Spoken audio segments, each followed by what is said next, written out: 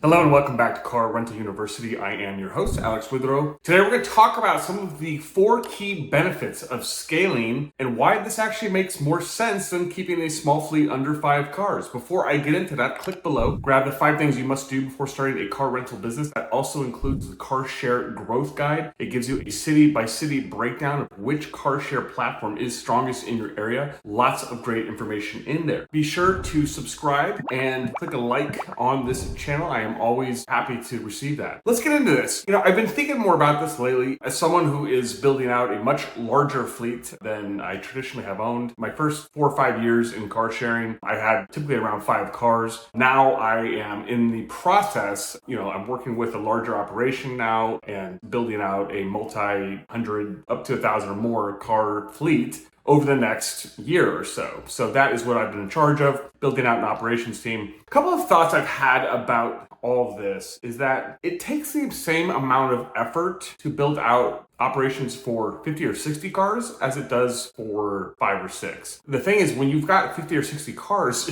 you've got a team handling it. So you're overseeing everything. Whereas when you're doing 5 or 6 cars, you're handling everything yourself. And when you're handling everything yourself, it's a lot of work. And this kind of comes back to the new book. You guys may have heard of Dan Sullivan's book, 10x is easier than 2x. In his book, he makes the same argument. Basically, it's the same amount of effort, and that when you are setting up systems for scaling, you're basically overseeing those systems, and you're not having to do this all yourself, all by yourself. So my general feeling is that when you set up an operations team and you have software and you have a captain on the ground and you have someone who can handle 40 or 50 cars, that scenario is typically in many cases just a lot easier to handle rather than you dealing with 5 to 10 cars yourself. Another thing I want to say is that insurance is a lot easier when you have 25 or more cars. I've been talking to a lot of mid to large carriers. The equation gets so much easier when there is a large pool of vehicles that spread the risk of liability. Once you kind of get to that 25 and 30 car threshold and higher, you are eligible for the mid and large tier insurance companies. And frankly, it gets a lot easier, and the economies of scale make the monthly rate a lot more digestible. Another thing, like I was saying, operations, what's interesting to me about all of this is that you can get software, you can get a captain, you've got someone on the ground who's managing everything. You're teaching one system for onboarding and offboarding cars. You obviously have to have contracts, terms of service. Typically, when you work with a larger carrier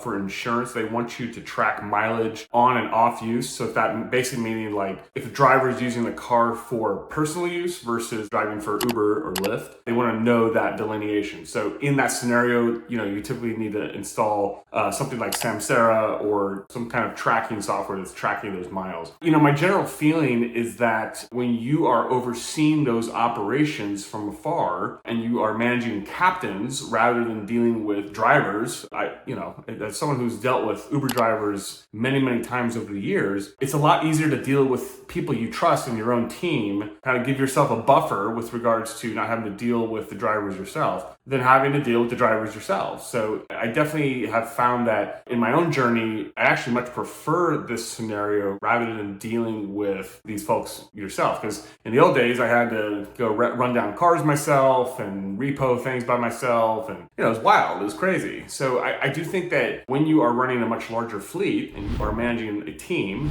that is a much easier scenario than having to deal with 5 to 10 cars all by yourself. One thing I want to say about car acquisition. So car acquisition these days is a lot tougher. Banks are a lot tougher. Lending is a lot tougher. I think these days you really have to focus on someone in the car acquisition space that's really devoted to what we're doing here. When I think about this, I think of 3 companies right off the bat: Car Putty, Spring Free EV, and Tenet. Those 3, I would say between those 3, you can figure out some sort of situation for yourself that's going to allow you to scale. Frankly, get up to 30 cars or more. Now, some people say, well, I don't want to, if you're leasing a car, the business isn't collateralized. A lot of these companies give you the option to buy out cars later, to own them later. So it does give you that option. There's a lot of flexibility in these leases. My general feeling is that when you are working with Car Putty or Spring Free or Tenet, they do make this type of scenario in car acquisition really, it makes a lot of sense for a business that really wants to scale in the car sharing space. Obviously, traditional banks like commercial banks, it's very, very hard to get them to approve lending to a car rental company or a car sharing company. This is just, they don't understand it yet. This business is still very young. A lot of banks and institutions and even insurance doesn't really